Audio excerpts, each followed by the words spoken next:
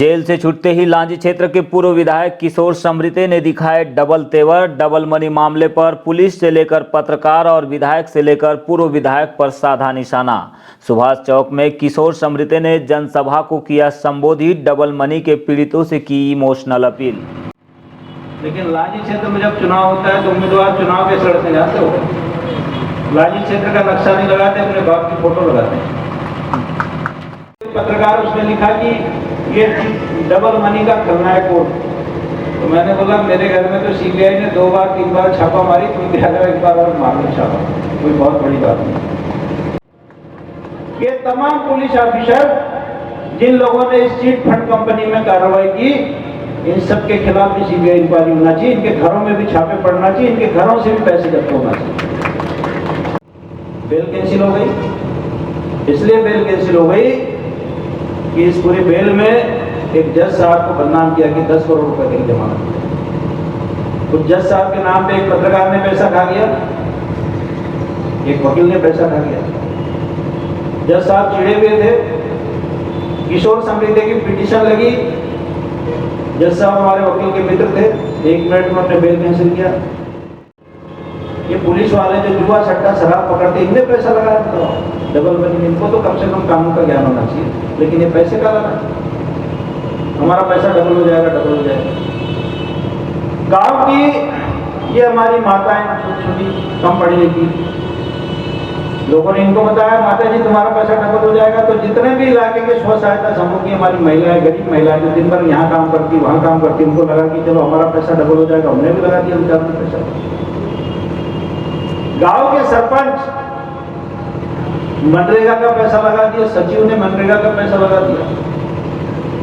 कई टीचरों ने अपना बैंकों से कर्जा निकाल के लगा दिया पूरा पैसा। कई व्यापारियों ने अपना जो सीसी लिमिट बना के पैसा निकाल के वहां पे लगा दिया पैसा। मेरा कहना कुछ कानून तो पढ़ो, कुछ तो सीखो, कुछ तो जानकारी होगी। देश दुनिया में तुम्हारे बच्चे रहते होंगे कि ऐसे कैसे साला डबल करता है, ऐसा कैसा कोई काम हो रहा है, डबल करता हो रहा है। बिना सोचे, बिना समझे, बिना जाने, बिना पहचाने ऐसा लगा कि पूरी दुनिया में बस ये चंद लोग हैं जो लोगों का जीवन बदल देंगे। पूर्व विधायक किशोर समृते ने तिहाड़ जेल से मिली जमानत के बाद आज लांजी नगर के सुभाष चौक में डबल मनी के मुद्दे पर विशाल जनसभा को संबोधित किया। किशोर समृते ने तिहाड़ जेल में बिताए 95 दिनों की कहानी बताते हुए बालाघाट पुलिस को आड़े हाथ लिया। उन्होंने कहा कि सीआरपीसी 197 में पुलिस को स्पेशल प्रोटेक्शन है, लेकिन इसका ये मतलब नहीं कि जनता कायर है। जिस दिन हम चाहेंगे बहुत ही मुश्किल होगी। उन्होंने इसी बहाने क्षेत्र की विधायक हिना कावरे पर भी निशाना साधा और जनता की योग्यता से लेकर उनकी मजबूरी को अपनी ताकत बताई। किशोर समृते ने सभा को संबोधित करते हुए कहा कि लांजी क्षेत्र में जब चुनाव होते हैं तो यहाँ के नेता क्षेत्र का नक्शा नहीं लगाते, बल्कि अपने पिता की फोटो लगाकर चुनाव लड़ते हैं, ताकि लोगों को इमोशनल बातें करके विकास की बातों से भटकाया जा सके। बड़ा अफसोस होता है मुझे, दिल्ली क्राइम ब्रांच के कुछ अधिकारी लांजी थाने में आए, बोले किशोर समृते का प्रीवियस रिकॉर्ड बताओ। तो यहाँ के टीआई और कुछ पुलिस अधिकारियों ने बोला साहब 2-4 धारा उसके और ज्यादा लगाओ। मुझे लगा कि भाई ये लोग यहाँ पे जनता का इतना शोषण करते हैं, भ्रष्टाचार करते हैं, तो मैंने तो कभी नहीं बोला कि तुम लोग अच्छा कर रहे हो, बुरा कर रहे हो, लेकिन तुम्हारे मन में ऐसे कैसे मेरे प्रति दर्द है, ऐसे कैसे मेरे प्रति आपको गुस्सा है। तो मैं फिर बता दूं इस मंच से कि बालाघाट जिले में जिस तरह का पुलिसिंग चल रही है, सीआरपीसी 197 में मुझे पता है कि पुलिस को स्पेशल प्रोटेक्शन है, जिसके कारण आपके खिलाफ कोई कार्रवाई नहीं होती। लेकिन जिस दिन चाहेंगे उस दिन बहुत तकलीफ हो। ये मत समझो कि इस इलाके की जनता बहुत ही कायर है। मैं मानता हूँ कि इस क्षेत्र की जनता ने अपनी मूर्खता से एक महिला को विधायक बनाया जो निकम्मी है, नकारी है, लेकिन जनता बहुत, जनता का प्रयोग नहीं। जनता को लगा कि भाई ये जो हमारे बीच के जो पुरुष नेता हैं ये फेल हो गए हैं, इसलिए महिला को जिता रहा, और महिला मीठी मीठी बातें करके आपको गुमराह करने का काम कर लिया। मेरा कहने का मतलब है कि दुनिया में बिना बहादुरी के कोई भी जंग नहीं जीती जाती, बिना लड़ाई के कोई जंग नहीं जीता जाता। इतिहासकार है ना हमारे यहाँ पे, बहुत सारे इतिहास पे जानने वाले लोग हैं। मुझे पता हो इतिहास में कहीं लिखा है किसी कायर की फौज ने कोई किला जीता हुआ लिखा है? कायर कमजोरों की फौज ने कोई किला जीता है, कभी सुना है आपने? जब भी कोई लड़ाई जीती है तो बहादुरों ने जीती है, योद्धाओं ने जीती है। लेकिन मुझे बड़ा अफसोस होता है इस इलाके में लोग बहादुरों का सम्मान नहीं करते, कायरों का सम्मान करते। नक्शा लानी क्षेत्र का लगना चाहिए। बालाघाट जिले का चुनाव होता है तो नक्शा बालाघाट जिले का लगना चाहिए। मध्य प्रदेश का विधानसभा चुनाव होता है तो सरकार बोलती है ना कि सारी पार्टियां कहती है मध्य प्रदेश के विधानसभा का चुनाव होता है, इलेक्शन कमीशन मध्य प्रदेश का नक्शा लगा के वहां के मतदाताओं की संख्या लेके अधिसूचना जारी करता है। भारत में जब लोकसभा का चुनाव होता है तो पूरे देश का भारत निर्वाचन आयोग अधिसूचना जारी करता है। लेकिन लांजी क्षेत्र में जब चुनाव होता है तो उम्मीदवार चुनाव के सड़क जाते हो, लांजी क्षेत्र का नक्शा नहीं लगाते, अपने बाप की फोटो लगाते हैं, क्योंकि उनको पता है लांजी क्षेत्र का नक्शा लगाएंगे तो हमें लांजी क्षेत्र के लोगों का विकास करना पड़ेगा, गांव-गांव का विकास करना पड़ेगा, सड़क का विकास करना पड़ेगा, हर चीज को बदलना पड़ेगा। लेकिन अपने पिताजी की फोटो लगाएंगे तो कुछ नहीं बदलना, वो तो इस दुनिया से जा चुका है, उसमें कुछ आपको जवाब नहीं देना है। लेकिन जब लांजी क्षेत्र का नक्शा लगाओगे तो उसमें जवाब देना पड़ेगा।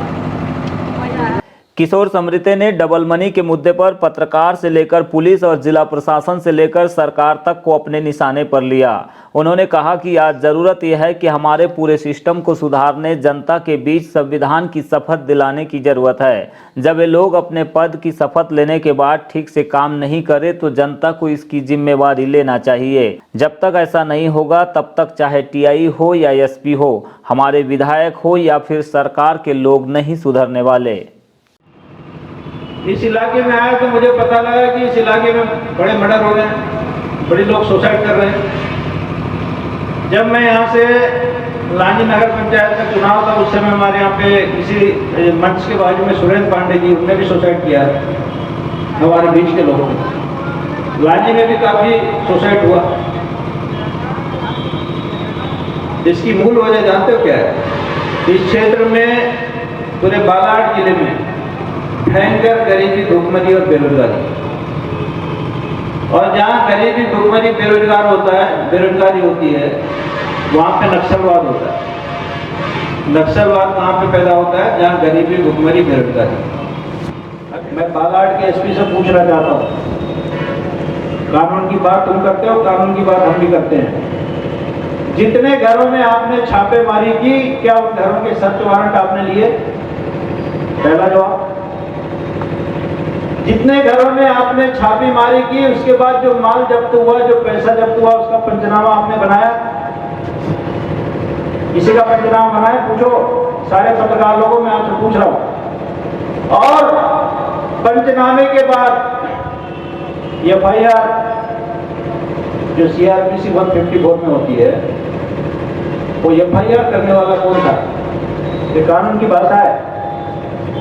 जो इंक्वायरी ऑफिसर है उसी ने इस पूरे केस में छापेमारी की, जब्ती की और एफआईआर भी उसी ने की।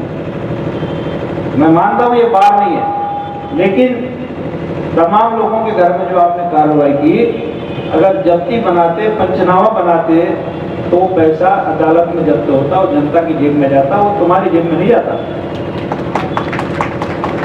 हजारों करोड़ रुपए मैं मानता हूं कि लोगों से लूट के आपने लाया, अपने घर में लाया, लेकिन जिसने लूट के लाया उसके घर में हम 10 लोग जाके और लूट कर ले तो ये अपराध नहीं है? ये तमाम पुलिस ऑफिसर जिन लोगों ने इस चीट फंड कंपनी में कार्रवाई की, इन सब के खिलाफ भी सीबीआई इंक्वायरी होना चाहिए, इनके घरों में भी छापे पड़ना चाहिए, इनके घरों से भी पैसे जब्त होना चाहिए। साथियों, ये बड़ी बात है। लोगों को बुरा लगे किशोर समृते ने ऐसा बोला। ये कानून की भाषा है। मेरे क्षेत्र की जनता गरीब है, लेकिन गरीब का मतलब नहीं है, कमजोर का मतलब नहीं कि तुम उनके साथ में कुछ भी करो। इस बालाघाट जिले का एसपी और बालाघाट जिले के तमाम पुलिस ऑफिसर, एक ऐसा भी पुलिस ऑफिसर है यहाँ पे जो इस केस की जांच कर रहा है। उसका बाप Delhi high court, Jabalpur high court में वकील था, जानते हो? और कैसा वकील था बताता हूं, मैं नाम नहीं लूंगा उसका। एक केस में बहस चल रही थी, उसमें डॉक्यूमेंट फर्जी लगे थे। तो जब डॉक्यूमेंट, जज ने पूछा कि ये डॉक्यूमेंट कैसा है, तो उसको लगा कि मैं फंस जाऊंगा। उसने फाइल से कागज निकाल के और मुंह में डाल के निकल गया। उस वकील का बेटा यहाँ पे एक IPS अधिकारी, आप समझ लो, जो अदालत में जज के सामने कागज खा गया, जो नंबर 1 का चोर, उसका बेटा यहाँ पे इस केस की जांच कर रहा है। कोर्ट को कहता है कि इस केस में इनका नक्सली वो है, नक्सली कनेक्शन है। कोर्ट ने कहा कि यदि नक्सली कनेक्शन है तो 2 सप्ताह में साबित करो। 2 सप्ताह में जब उसने एफिडेविट नहीं दिया, साबित नहीं किया, कोर्ट ने बेल आउट कर दिया। अभी जब हमारी गाड़ियां चली तो लोगों ने कहा कि समृद्ध जी तुम क्यों करते हो आंदोलन, वो तो सबको पैसा दे रहे थे। मैं बोला भाई 5-6 महीने तो हो गए तुम्हारी जमानत हुई, पैसा क्यों नहीं दे रहे हो? बेल कैंसिल हो गई। इसलिए बेल कैंसिल हो गई कि इस पूरी बेल में एक जज साहब को बदनाम किया कि 10 करोड़ रुपए की जमानत। उस जज साहब के नाम पे एक पत्रकार ने पैसा खा गया, एक वकील ने पैसा खा गया। जज साहब चिढ़े हुए थे, किशोर समृद्धि की पिटीशन लगी। जज साहब हमारे वकील के मित्र थे, 1 मिनट में अपने बेल कैंसिल किया। किशोर समृद्धि की इस जनसभा को सुनने के लिए क्षेत्र के सैकड़ों लोग सुभाष चौक में जुटे थे, जहां पर कई लोगों ने अपने चेक की फोटोकॉपियां भी प्रदान की। किशोर समृद्धि ने आगे कहा कि कानून की बात SP भी करते हैं तो हम भी करते हैं। उन्होंने डबल मनी प्रकरण के जांच अधिकारी पर भी कई सवाल उठाए। साथ ही यह भी कहा कि डबल मनी प्रकरण की CBI जांच हो तो न केवल जनता को लूटने वालों की सामत आएगी, बल्कि छापेमारी करने वाले अधिकारियों की भी मुश्किलें बढ़ जाएगी। उन्होंने डबल मनी के मामले पर जांच अधिकारी का नाम लिए बगैर उनके वकील पिता को लेकर भी जमकर निशाना साधा। जब आपके साथ चलने वाला कोई ताकतवर होगा तो उसके पीछे चलोगे, तो जब उसकी सुनेंगे तो आपकी सुनेंगे। जब आपके सामने चलने वाला कमजोर और कायर है, जब उसकी नहीं सुनेंगे तो आपकी कौन सुनेगा? मुझे बताओ। तो लोग कहते हैं हमारे कोई सुनता नहीं साहब, हम तो TI के पास जाते हैं, हम LTO के पास जाते हैं, LTM के पास जाते हैं। मेरा तो कहना है यहाँ के पूरे सिस्टम को, सरकार को, राज्यपाल को आके इनको फिर से संविधान की शपथ दिलाना चाहिए। क्योंकि इनको जो संविधान की शपथ दिलाई गई थी, चाहे लांजी का TI हो, लांजी का NDM हो, लांजी का SP, बालाघाट का SP हो, बालाघाट का कलेक्टर हो, इन लोगों ने जब नौकरी ज्वाइन की थी, जिस समय शपथ ली थी वो झूठी शपथ थी। इनको जनता के बीच सही शपथ दिलानी चाहिए। जनता के बीच बताना चाहिए तुम्हारी जिम्मेदारी क्या है, तुम्हें किस बात का वेतन दिया जाता है, किस बात का पैसा दिया जाता है। बड़ा अफसोस होता है मुझे, क्षेत्र में किसान जमीन नपवाने जाता है पटवारी से, तो बिना पैसे के पटवारी जमीन नहीं नापता। तहसीलदार के यहाँ जाओ तो बिना पैसे के तहसीलदार का बाबू पैसे नहीं देता। 10-10 दलाल तहसीलदार के यहाँ बैठे। कल तहसीलदार का आज फैसला आ रहा है तुम्हारे पक्ष में, किसी ने पैसा दिया तो फैसला उसके पक्ष में। वही हालत LTM की। मेरा कहना जो सरकारी तंत्र है, अगर ये ही लूट का काम करेगा तो फिर कौन बचेगा? इसको कौन बचाएगा? जब PI बेईमान होगा, तहसीलदार बेईमान होगा, LTM बेईमान होगा, कलेक्टर बेईमान होगा, SP बेईमान होगा, तब क्या होगा? सभा के अंतिम क्षणों में आम जनता से किशोर समृद्धि ने कहा कि डबल मनी का यह मुद्दा केवल लांजी क्षेत्र से जुड़ा नहीं है, बल्कि महाराष्ट्र, मध्य प्रदेश और छत्तीसगढ़ के करीब 17 जिले इस पूरे चिटफंड घोटाले से बर्बाद हो गए हैं।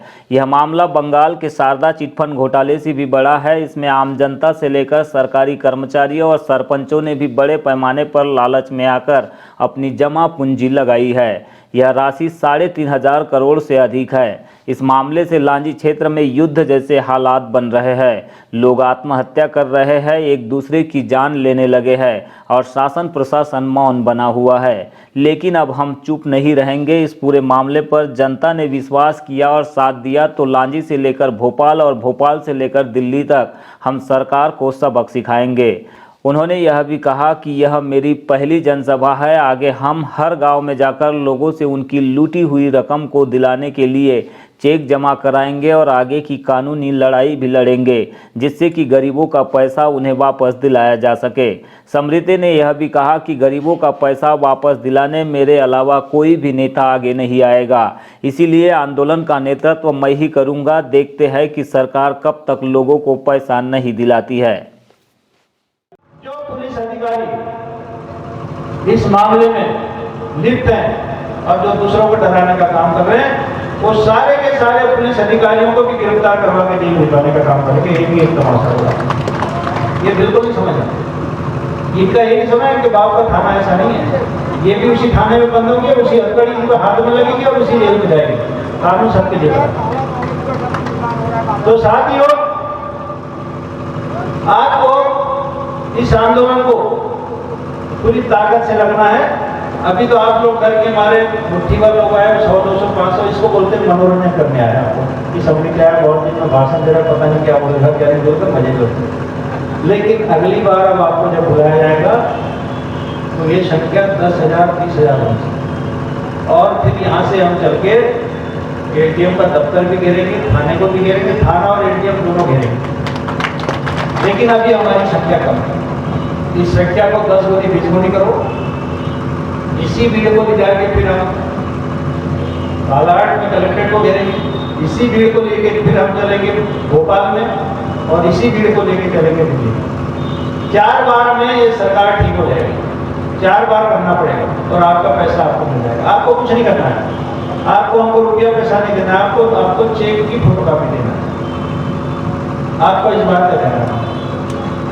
तो मेरा आप सभी से अनुरोध है कि गांव-गांव में अपने संगठन को बनाओ, लोगों में एक जागृति पैदा करो, क्योंकि जो पैसा है वो आपकी मेहनत का पैसा है।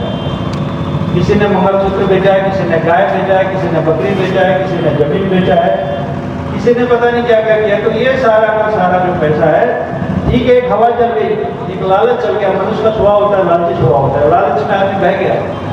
लेकिन सरकार तो जिम्मेदार है ना। अगर लांजी में सट्टा होगा तो कौन जिम्मेदार है? टीआई जिम्मेदार है। लांजी में अवैध शराब बिक्री कौन जिम्मेदार है? टीआई जिम्मेदार है, एसपी जिम्मेदार है। तो वैसे ही अवैध काम जब चल रहा था तो इसके लिए जब सरकार ने ध्यान नहीं दिया तो सरकार जिम्मेदारी लेगी, और सरकार जिम्मेदारी लेगी तो सरकार पैसा भी देगी। तो हमने अभी इसके लिए ज्ञापन भी तैयार किया है और वो ज्ञापन कल आपको अखबार में पढ़ने मिल जाएगा। मैंने इसमें कहा हूँ कि इस पूरे मामले की जांच के लिए हाईकोर्ट का जज की अध्यक्षता में एक कमीशन बैठना चाहिए जो 1 महीने में अपनी रिपोर्ट दे सरकार को।